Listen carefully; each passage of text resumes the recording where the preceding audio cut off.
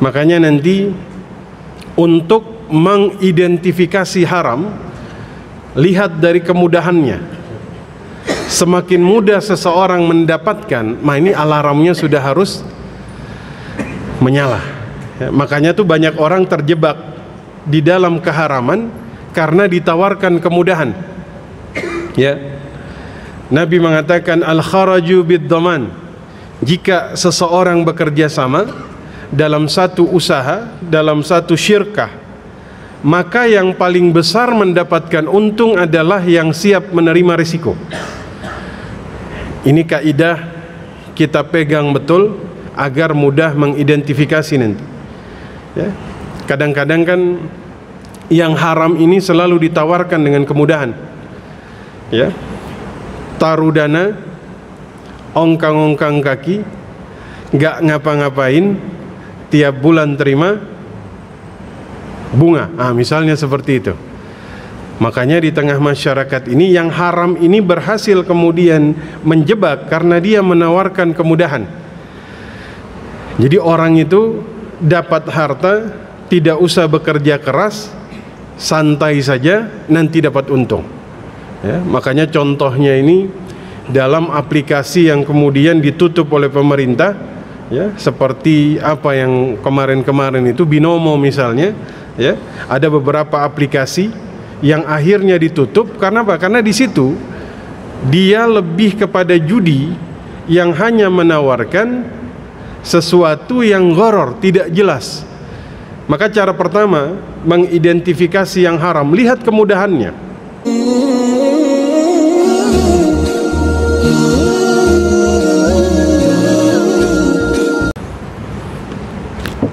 Bismillahirrahmanirrahim. Uhayyikum jami'an bitahiyyatul Islam. Assalamualaikum warahmatullahi wabarakatuh. Alhamdulillah.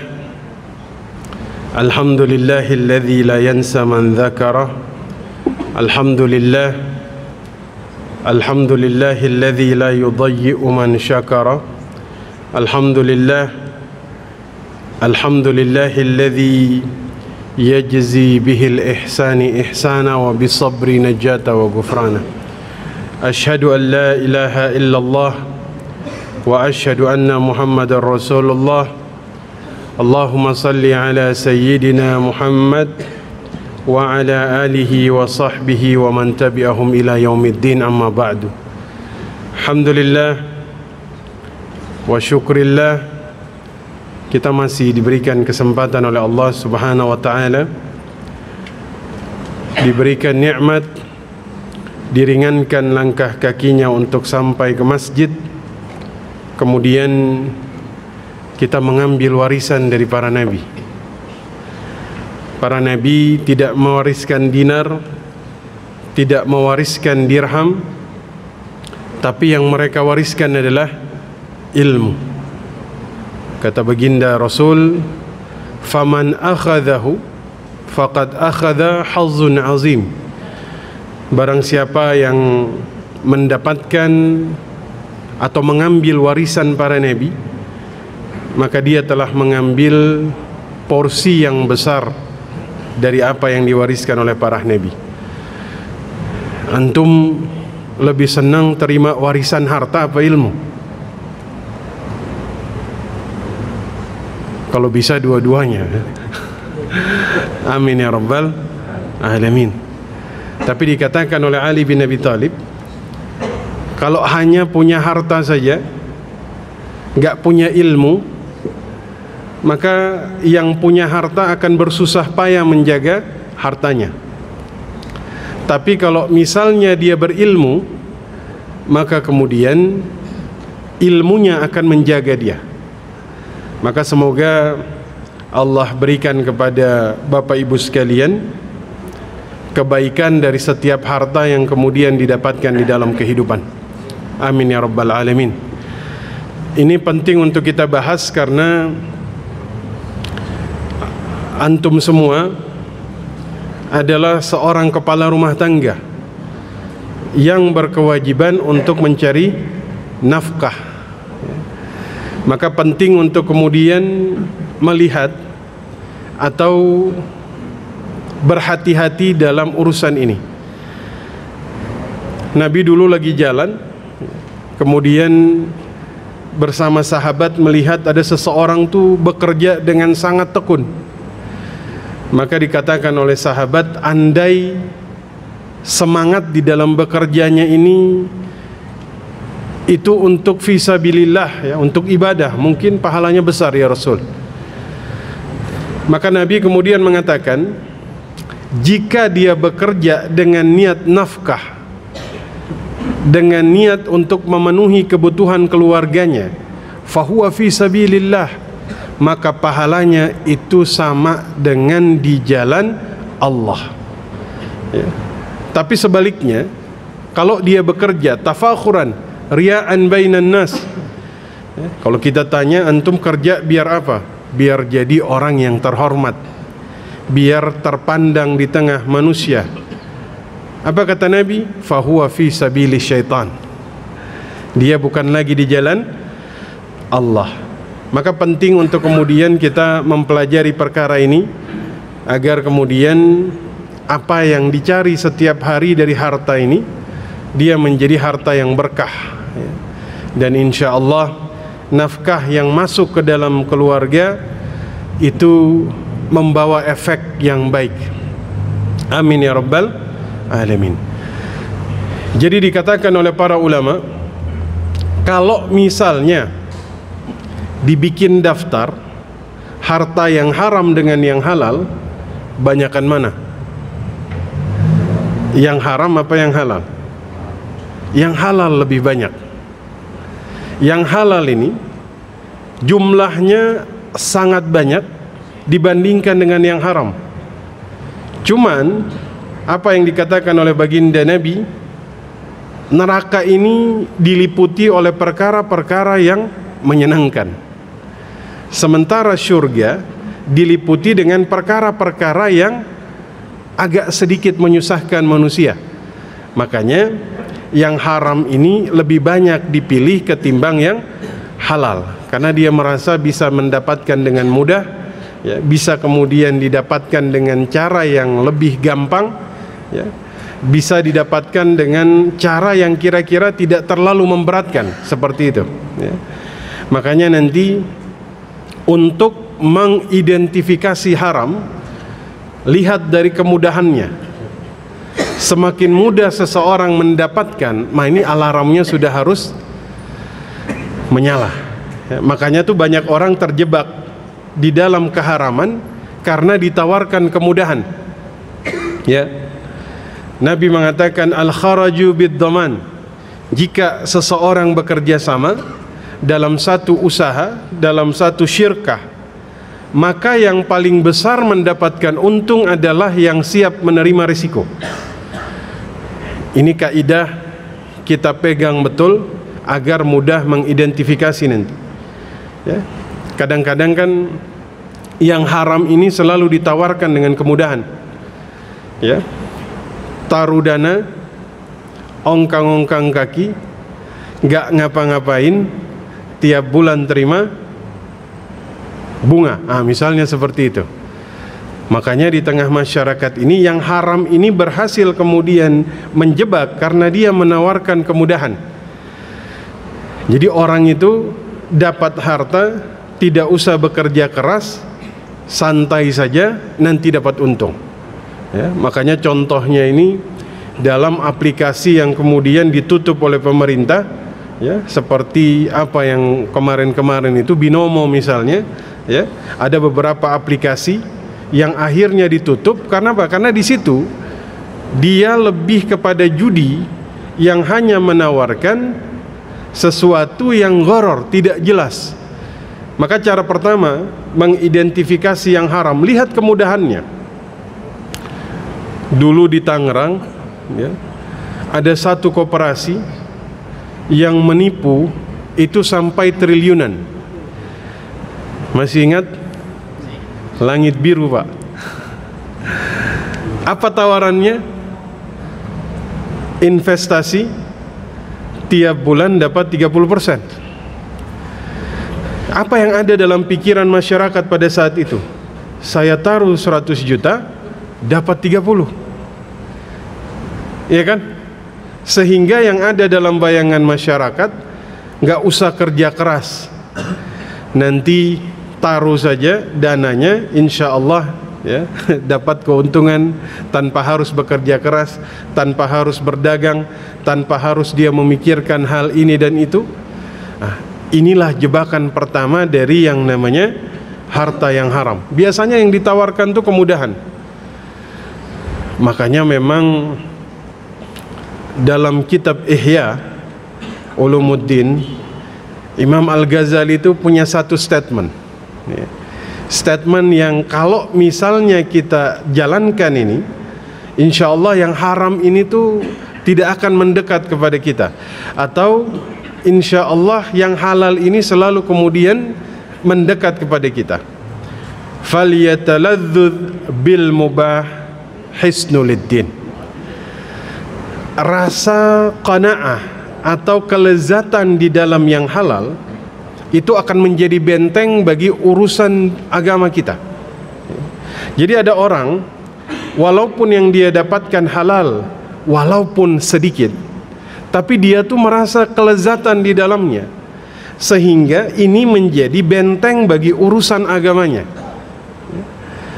Orang yang punya rasa kebahagiaan di dalam harta yang sedikit tapi halal, yang haram itu tidak akan kemudian menghampiri dia, karena rasa syukurnya ini kemudian tertanam di dalam diri. Makanya dari zaman para nabi, ya, dari zaman Nabi Musa, Nabi Nuh, Nabi Ibrahim, Nabi Saleh, ya, semuanya itu selalu mengingatkan umatnya untuk satu, syukur. Untuk apa? Syukur. Syukur ini benteng, ya. Nah, ada efek yang sangat luar biasa dari harta yang halal, ya. Dulu Pak, ayahnya Imam Syafi'i, namanya Idris, ya. Beliau sedang bermusafir, ya. Tiba-tiba ketemu sebutir delima yang hanyut di laut, di apa? Sungai. Beliau ambil, beliau makan. Tapi karena mereka ini kan wara, berhati-hati, padahal ini hanyut di sungai, bukan ngambil di pohon Pak, tapi hanyut di sungai. Karena kehati-hatian dalam perkara yang halal, dicari siapa pemilik pohon tersebut. Ketemu Pak, ada yang punya kebun delima, beliau minta agar diikhlaskan. Gak apa-apa, saya kerja 30 hari gak usah dibayar, yang penting sebutir delima yang sudah kadung masuk tadi dihalalkan. Tawaran ini ditolak Pak. Anda harus menikah dengan putri saya, buta, tuli, lumpuh. Tuh, kira-kira untuk sebutir delima antum ditawarkan dengan perempuan yang buta, tuli, bisu, diterima? Diterima? Pikir-pikir. Kalau untuk sebutir delima saya harus menikahi seorang perempuan yang buta, tuli dan lumpuh, mungkin saya akan menolak. Tapi Idris ini diterima Pak. Apa yang terjadi? Waktu dibawa ke rumahnya, ternyata anaknya ini cantik, bisa melihat.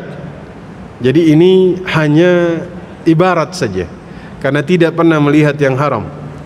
Tuli karena tidak pernah mendengar yang buruk. Bisu karena tidak pernah mengucapkan sesuatu kecuali dari yang baik. Menikah. Dari pernikahan ini lahirlah Imam Syafi'i. Allah. Ini harta halal ini efeknya dahsyat, ya, makanya kalau kita tidak memperhatikan, ini berefek kepada anak keturunan kita, ya. Dulu ada sebuah daerah, ya, itu ada seorang qadhi, hakim, ya. Dia punya kebun yang sangat luas. Ini kebun anggur, ya. Ada satu orang penjaga kebun yang ditugaskan untuk menjaga kebun tersebut. Satu hari beliau mengadakan sebuah hajatan di rumahnya, dan beliau bilang kepada tukang kebunnya, tolong dipetik buah anggur untuk kita sajikan kepada tamu. Qadarallah, ternyata anggur yang disajikan hari itu asam rasanya. Dipanggillah tukang kebunnya, ya, namanya Mubarak.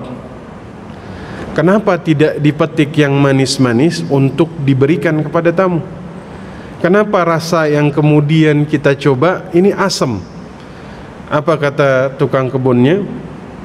Saya ditugaskan untuk menjaga kebun, bukan untuk mencoba satu-satu buahnya.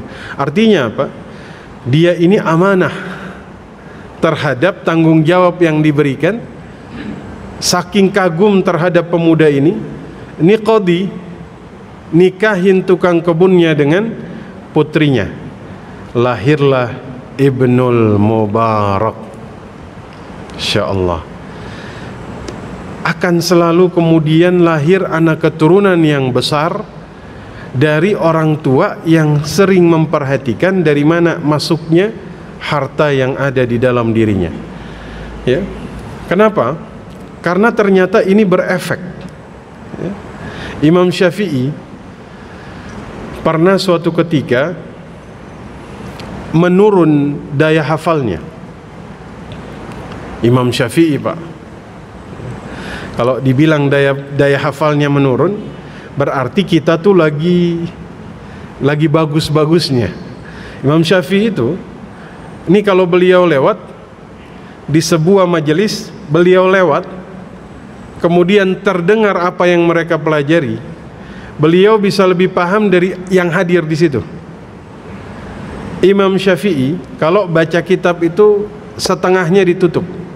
Kenapa? Kalau terlihat dua-duanya, kehafal dua-duanya. Makanya kan gurunya Imam Syafi'i ini Imam Malik.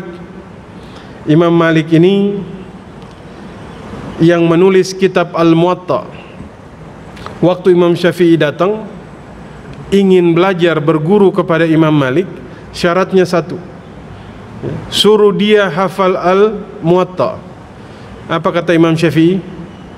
Sudah di sini, Pak, sudah hafal, ya, di luar kepala. Kalau kita di luar kepala juga, Pak, di luar. Itu Imam Syafi'i datang kepada gurunya Imam Waqi ala su'a hifzi, karena daya hafalnya ini menurun. Fa arsyadani ala tarkil ma'asi, dan guruku Imam Waqi memerintahkan diriku untuk menjauhkan diri dari yang namanya maksiat, termasuk diantaranya memperhatikan dari mana datangnya harta yang kita peroleh. Makanya penting untuk kita tuh selektif. Sama seperti Abu Bakar, ya. Abu Bakar nih setiap ditawarin sesuatu oleh budaknya ditanya, ini dari mana katanya. Ya kalau antum saya, kita tidak usah sampai dalam titik ini. Kita berhukum dengan apa yang ada di hadapan, ya, maksudnya kayak dijamu begitu kan. Dijamu ya kita nggak bisa, ini tehnya nih antum dari mana ini? Kan kerja anda apa begitu? Ya, halal nggak sampai segitu. Tapi kalau Abu Bakar kepada budaknya itu ditanya, Pak. Setiap dikasih dia tanya, ini dari mana? Sampai suatu saat Abu Bakar ini dikasih roti. Beliau karena lagi puasa, hari itu nggak nanya lagi dari mana. Waktu lagi makan, ini rotinya nih sudah on the way ke tenggorokan, Pak. Baru Abu Bakar tanya, dari mana ini? Budaknya cerita, kemarin sudah beberapa hari lalu saya lewat di pasar Madinah, ada yang iseng minta diramal. Akhirnya saya iseng ngeramal, ya. Tadi waktu lewat ternyata beneran kejadian, ramalan saya terbukti.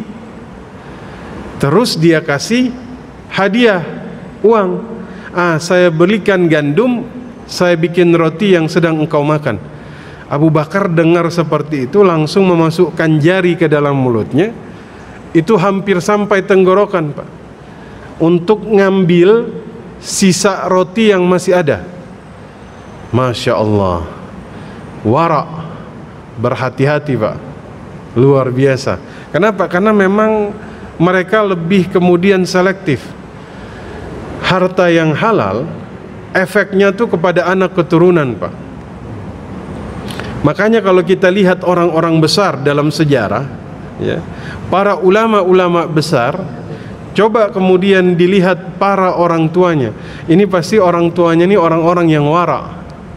Maka belum terlambat bagi kita, belum terlambat bagi kita untuk lebih selektif lagi. Kita perhatikan ini halal atau tidak.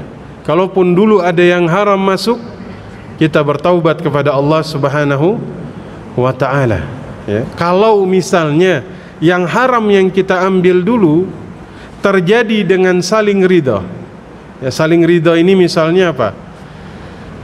Judi, ya kan? Sesuatu yang terlarang, riba, ini kan saling ridha. Bertaubatnya cukup bertaubat kepada Allah, ya. Tapi kalau misalnya yang haramnya ini tidak saling ridha, Pak, kita pernah menzalimi orang, kita pernah menipu orang, maka taubatnya baru sempurna jika kita kemudian menyelesaikan dengan orang tersebut, baru taubat kita sempurna. Ini untuk memastikan agar nanti anak keturunan kita tidak kemudian mendapatkan efek dari apa yang kemudian kita masukkan ke dalam keluarga, ya. Umar bin Khattab, ya. Umar ini dulu tuh sering keliling, ya. Jadi Umar suatu hari keliling, ya, karena Umar tuh bikin kebijakan dilarang mencampur air dengan susu, ya, oplosan, susu oplosan, ya. Zaman sekarang ada susu oplosan? Ada? Mungkin ada, ya. BBM oplosan ada? Ada, ya, mungkin ada, wallahu alam. Dulu zaman Umar ada susu yang dioplos dengan air. Maka Umar bikin aturan, gak boleh mencampur susu dengan air. Maka Umar tuh tiap malam keliling, Pak. Hingga Umar melihat ada seorang perempuan sedang berdebat dengan ibunya. Ibunya itu ingin agar susu dagangan mereka ini dicampur dengan air. Putrinya menolak. Jangan, ibu, nanti ketahuan Amirul Mukminin. Kata ibunya, nggak apa-apa, Amirul Mukminin nggak tahu. Kata putrinya, jangan, ibu, Tuhannya Umar tahu nanti. Umar lagi perhatiin nih perdebatan antara anak perempuan dengan ibunya. Kagum Umar sama anak perempuan itu. Besok, Pak, Umar bawa putranya yang bernama Asim, minta dinikahkan dengan perempuan itu. Kelak dari pernikahan ini kita mengenal ada sesosok pemimpin yang sangat luar biasa dalam sejarah Islam, Umar bin Abdul Aziz.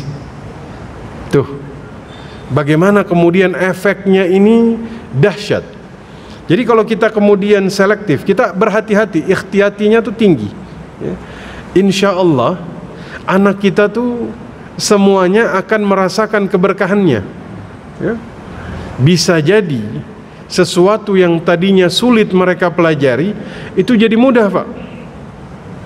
Bisa jadi sesuatu yang tidak mungkin mereka capai jadi mungkin, Pak, jika kemudian kita mulai dari sekarang berhati-hati dalam status kehalalan harta yang masuk ke dalam diri kita, ya. Karena ini berefek Makanya dari awal yang tadi saya sampaikan, dalam hadis yang Nabi sampaikan, ya, mulai besok kerja niatnya nafkah, dan pastikan yang masuk itu dari yang halal. Karena kalau niat nafkah berarti antum dihitung sebagai ibadah. Setiap gaji yang didapatkan dikasih kepada keluarga, statusnya sedekah. Bahkan nilainya ini lebih besar dari satu. Hatta kemudian kita berikan kepada fakir miskin, kita bebaskan seorang budak, kita berikan infak, sedekah fi sabilillah. Tiga ini tidak bisa menyamai pahala seseorang ketika dia menafkahi keluarganya. Itu sedekah yang paling besar.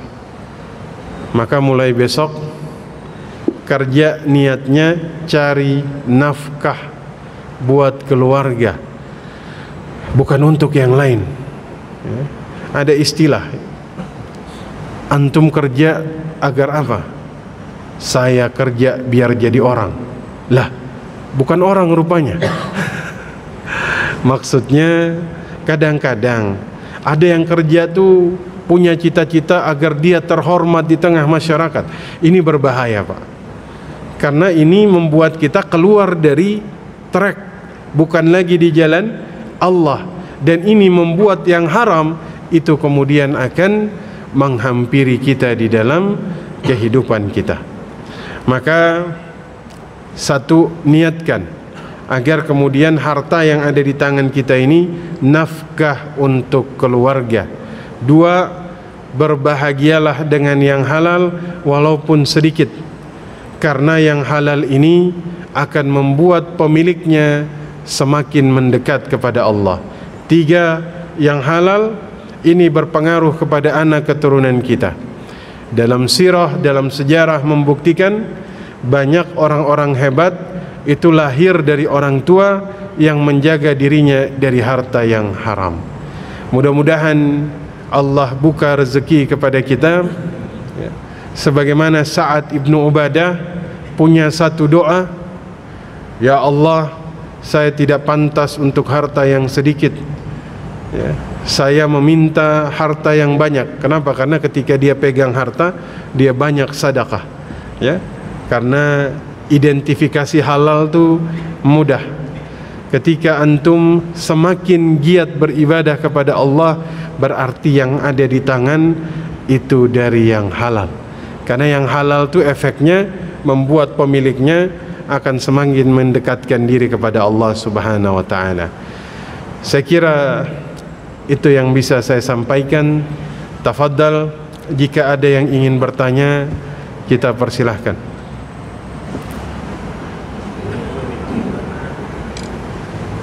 Ada pertanyaan?